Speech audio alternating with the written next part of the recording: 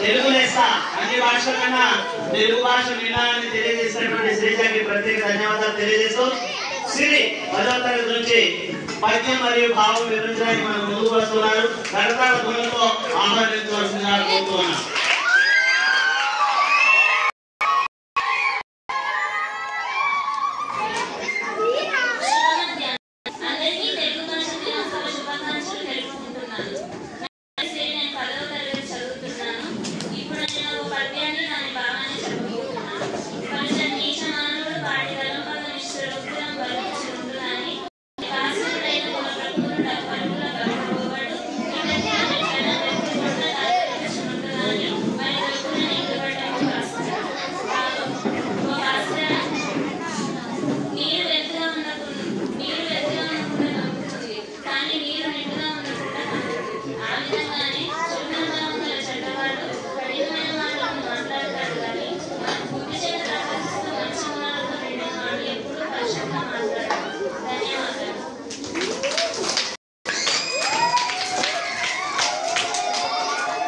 ప్రత్యేక ధన్యవాదాలు శ్రీ. ఎందుకంటే నిండుకుండా ఎప్పుడు కూడా చేసినటువంటి విద్యార్థి ఎప్పుడు కూడా తొందరపడడు. తెలియజేసినటువంటి శ్రీకి ప్రత్యేక ధన్యవాదాలు తెలియజేస్తున్నాం. అదేవిధంగా హారిక 7వ తరగతి నుంచి షట్కం అంటే ఏంటో వివరించడానికి ఆహ్వానిద్దాం.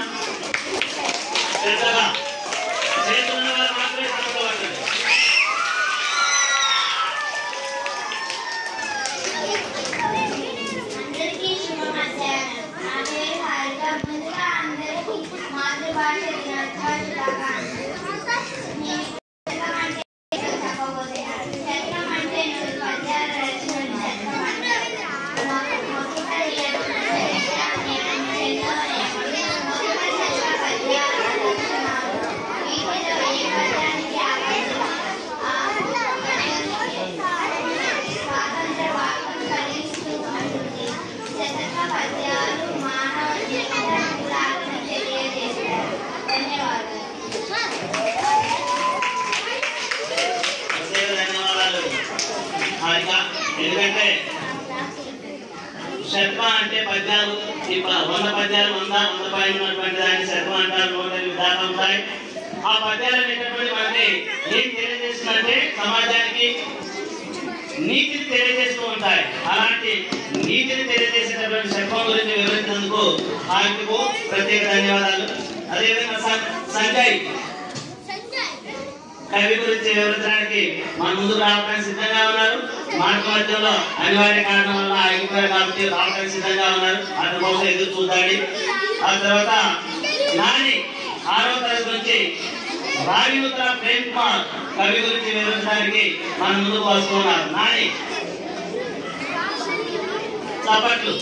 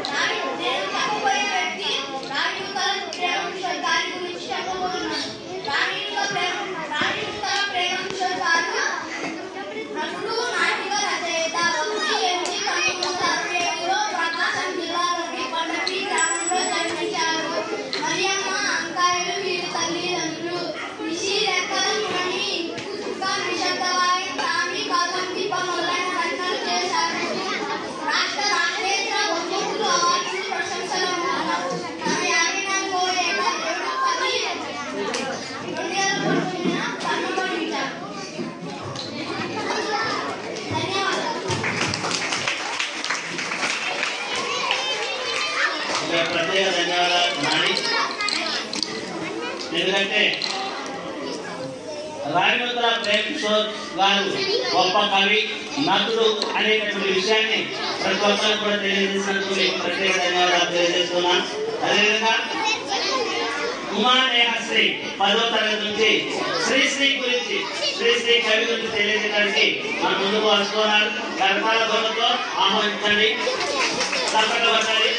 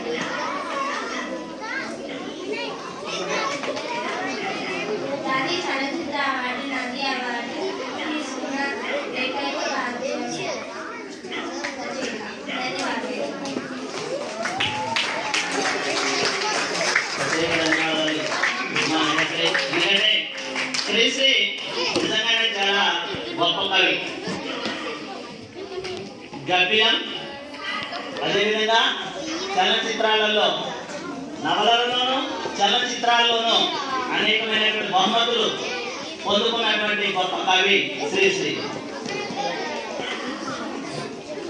యుగేందర్ 7వ తరగతి నుంచి సిరిమానోత్సవం పండుగ గురించి వివరించడానికి ముందుకు వస్తున్నారు.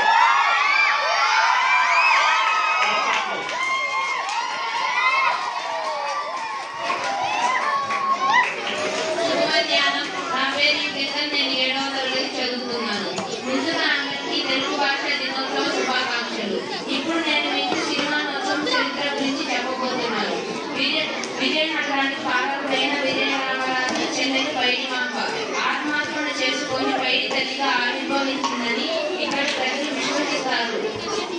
విజయనగరానికి తండ్రి పాపారాము పైకి యుద్ధానికి వెళ్తాడు. పైడిమాంబ దానికి ఇష్టపడదు. వెళ్ళవద్దని బతిలాడినా పట్టించుకోడు. యుద్ధ రంగంలోని అన్నలు చూడడానికి పైడిమాంబ బయలుదేరుతుంది. కానీ మార్గం మధ్యలోనే అన్న మరణ వార్త విని కోరుతుంది. అన్నలేని జీవితం దుర్భరంగా భావించి అక్కడి పెద్ద చెరువుతో దూకి ఆత్మహత్య చేసుకుంటుంది. తర్వాత స్నేహితులకు కళలో కనిపించి తను విగ్రహమై గెలుస్తామని చెబుతుంది. దానికి ఒక గుడి కట్టించమని కోరుతుంది. వైష్ణవులు విగ్రహాన్ని బయటికి తీసి చెరువు గట్టు మీద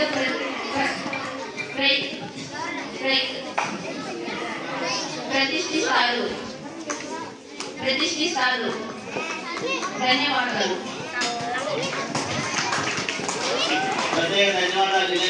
ఎందుకంటే అన్నా చెల్లెల మధ్య ఉన్నటువంటి ప్రేమానుబంధం గురించి చాలా చక్కగా వివరించారు. అన్న చనిపోయాడనేటటువంటి వార్త వినగానే చెల్లెలు ఏమైనాక ఉప్పగూరి కింద పడిపోయి చనిపోయారు. మనకి అంత ఆత్మీయ బంధం, అనుబంధం, అనురాగం మనలో కూడా ఉండాలని తెలియజేసినటువంటి వివేకానికి ప్రత్యేక ధన్యవాదాలు తెలియజేస్తున్నాం. అదేవిధంగా 9వ తరగతి నుండి హేమ మాతృభాష యొక్క ఔన్నత్యాన్ని వివరించడానికి మన ముందుకు వస్తున్నది. చప్పట్లతో ఆహ్వానిద్దాం. చప్పట్లు పెద్దగా 4 భాగాలు చప్పట్లు.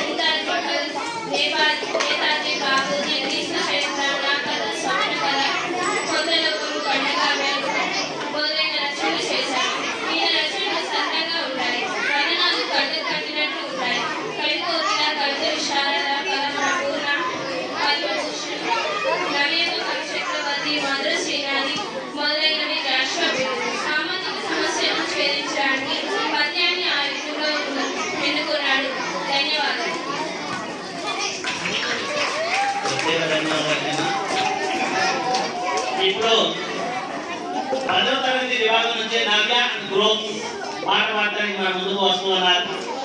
తప్పకుండా వారిని ఆహ్వానిద్దాం. అందరూ తప్పకుండా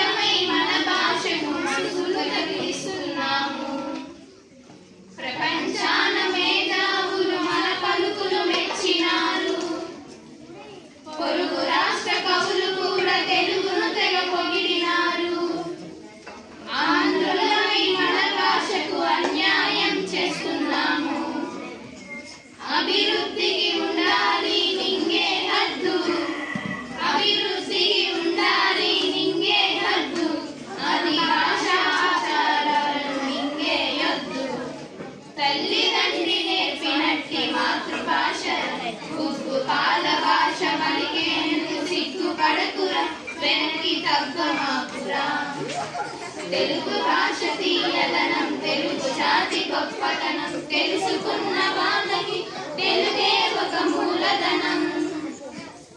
మమ్మీ డాడీ అన్న మాట మరుద్దామురా, అమ్మా నాన్న అంటూ నేటి నుండి పిలుద్దామురా, ప్రతిజ్ఞ పూనుదామురా, ప్రతిజ్ఞ పూనుదామురా.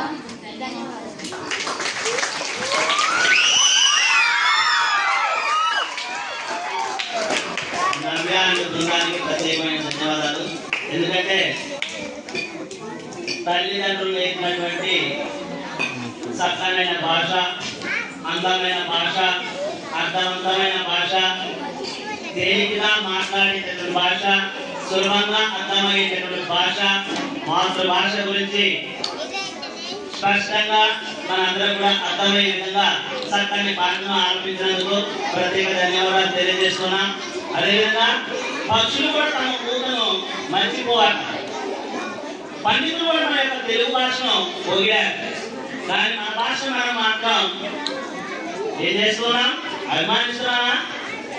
గొప్పగా చెప్తున్నామా? ఏ దేశం వెళ్ళినా, ఎందుకు మాడినా, ఎవరు ఎదురైనా పొగడరాని తల్లి భూమి కావాలని అన్నారు. కానీ మనం ఎక్కడికి వెళ్ళినా, ఏ దేశం వెళ్ళినా, ఏ ప్రాంతం వెళ్ళినా మన తెలుగు భాష యొక్క గొప్పతనాన్ని, తెలుగు భాష యొక్క ఔన్నత్యాన్ని, తెలుగు భాష యొక్క సాహిత్యాన్ని మనం తెలియజేయవలసినటువంటి బాధ్యత మనందరిపైన ఉన్నది. మేడం గారు చెప్పారు, అక్కడ వెళితే మొత్తం కూడా మా మాతృభాష స్పష్టంగా మాట్లాడతాను. ఇక్కడికి వచ్చినా కానీ ఎవరైనా మాతృభాష వాళ్ళు కనుక కనిపించినట్లయితే ఎంతో సంతోషిస్తారు. ఎందుకంటే మా మాతృభాష వచ్చినటువంటి వ్యక్తి ఒకరు ఉన్నారు, ఆ వ్యక్తితో నేను మాట్లాడటానికి ఎప్పుడు కూడా భూమిలో వస్తూ ఉంటాను అని మేడం గారు చక్కగా మనకు తెలియజేశారు. కానీ మనం ఏ భాషలో విద్య అభ్యసించినా కానీ మన మాతృభాష మాత్రం మర్చిపోకూడదు అనే విషయాన్ని చక్కగా తెలియజేశారు. తర్వాత కుశల మాతృభాష యొక్క గొప్పతనాన్ని వివరించడానికి మన ముందుకు వస్తున్నారు. తప్పకుండా ఆహ్వానిస్తాం.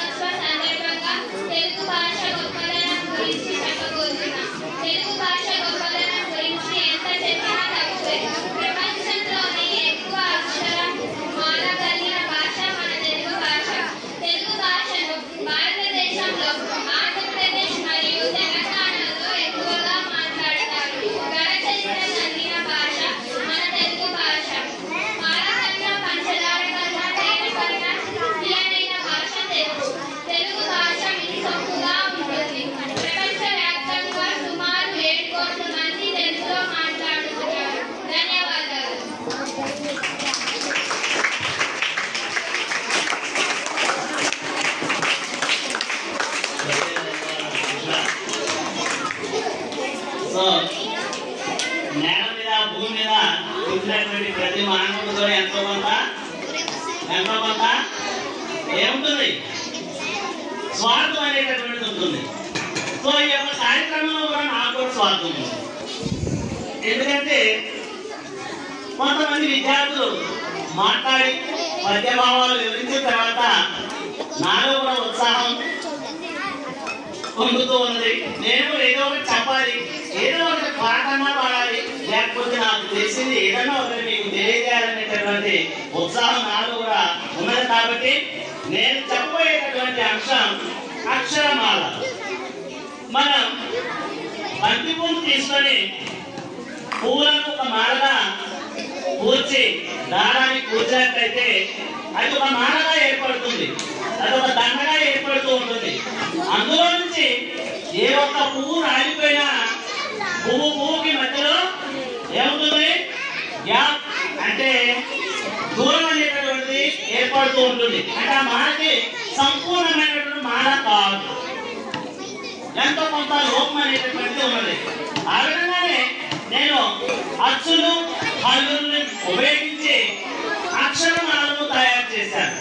ఇందులో మనం ఈ అక్షరమాల ప్రకారంగా సమాజంలో జీవిస్తూ ఉన్నాం కాబట్టి, సంఘ వ్యక్తులుగా జీవిస్తూ ఉన్నాం కాబట్టి, ప్రతి ఒక్కరితో మనం ఏ విధంగా నడుచుకోవాలి, ఏ విధంగా మసులుకోవాలి, ఏ విధంగా ప్రవర్తించాలి, ఎలా జీవించాలి అనే విషయాల గురించి మనకు ఈ అక్షరమాల చక్కగా తెలియజేసుకుంటుంది. ఈ విధంగా మనం జీవించినట్లయితే మన జీవితానికి ఎలాంటి దోషాలు ఉండదు అని నా అభిప్రాయం. కాబట్టి శ్రద్ధగా ఆలోచిస్తారని మనం చేసుకున్నాం. అక్షరమాలలో మొదటగా ఆ అంటే అందరం అందరితో ఆనందంగా ఉండాలి. ఈ ఇరుగు పొరుగు వారితో ఈ ఈర్ష ద్వేషాలు లేకుండా ఉమ్మడి కుటుంబం లాగా ఊరంతా ఒకరికొకరు రుణపడి ఉండాలి. ఎల్లప్పుడూ చల్లవేళ 7 కాలాలు పాటు ఐకమత్యంతో ఐశ్వర్యంతో ఒకరికొకరు ఓర్పు సహనంతో ఔన్నత్యంతో అందరూ ఉంటే ఆహా అద్భుతం కాదా? ఈ విధంగా ఉంటే అద్భుతం కాదా? అందరం కలిసిమెలిసి ఉంటే, అన్నదమ్ములాగా ఒకే కుటుంబంలాగా కలిసిమెలిసి ఉంటే అద్భుతమే కదా? అవునా కదా? చెప్పాలి. అవునా కాదా? మీ నుంచి నాకు సమాధానం రావాలి. అవునంటే అవును, కాదంటే కాదు. అంటే ఆ విధంగా జీవించడానికి ప్రతి ఒక్కరు కూడా ఇష్టపడాలి. అదేవిధంగా కలిసిమెలిసి ఉండాలి. కరుణతో స్నేహంగా ఉండకూడదు. గతాన్ని మర్చిపోకూడదు. ఘనంగా ఉండాలి. జ్ఞానాన్ని కలిగి ఉండాలి. చలాకీగా ఉండాలి. చంచలమైన మనసులు కలిగి ఉండకూడదు. జాగరూకలై ఉండాలి. జురి ప్రవాహంలాగా ధారాళంగా మాట్లాడాలి. ఇంగిత జ్ఞానం కలిగి ఉండాలి. తక్కడిగా ఉండకూడదు. తక్కువ నోరు జారకూడదు. దాంభికం ప్రదర్శించకూడదు. డంకాన్ని దొరికినట్లు మాట్లాడాలి. ఆణిముత్యంలా మెరుస్తూ ఉండాలి. తనలో నాలుగులాగా ఉండాలి. తనను చెప్పేవారిగా ఉండాలి. ధైర్యంగా ఉండాలి. ధనాన్ని కలిగి ఉండాలి. నలుగురిని నవ్వించే వారిగా ఉండాలి. పవిత్రంగా ఉండాలి. ఫలించే వారిగా ఉండాలి. బాధ్యత కలిగి ఉండాలి. భద్రత కలిగి ఉండాలి. మర్యాదతో ఉండాలి. యమకింకోరిలా ఉండకూడదు. రమ్యంగా ఉండాలి. లౌక్యం కలిగి ఉండాలి. వక్ర బుద్ధి కలిగి ఉండకూడదు. శుభ్రత కలిగి ఉండాలి. సమైక్యత కలిగి ఉండాలి. హాయిగా ఉండాలి. అలా కలంకం లేనివారిగా ఉండాలి. క్షమించే గుణం కలిగి ఉండాలి. బండిరా చెరుకు రసం కన్నా ఇదేనది మన మాతృభాష. ఈ విధంగా మనం జీవించినట్లయితే ఎవరితో ఎలాంటి వ్యక్తులతో ఎలాంటి ఇబ్బంది లేకుండా సంతోషంగా ఆనందంగా గడపవచ్చు. కాబట్టి ప్రత్యేక ధన్యవాదాలు సార్ కూడా.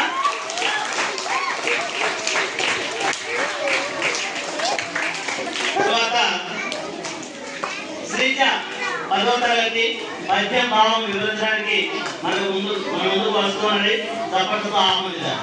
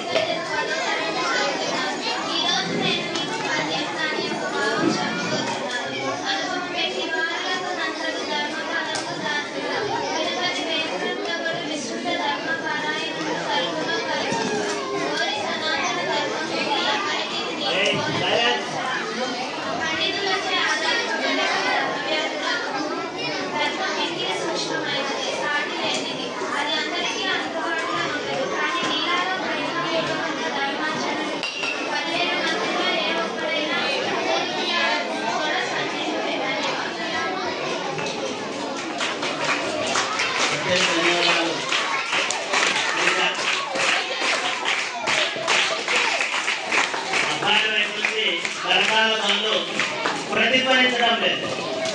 అసలు చప్పట్లు వినపడలేదు అబ్బాయిల వైపు నుంచి.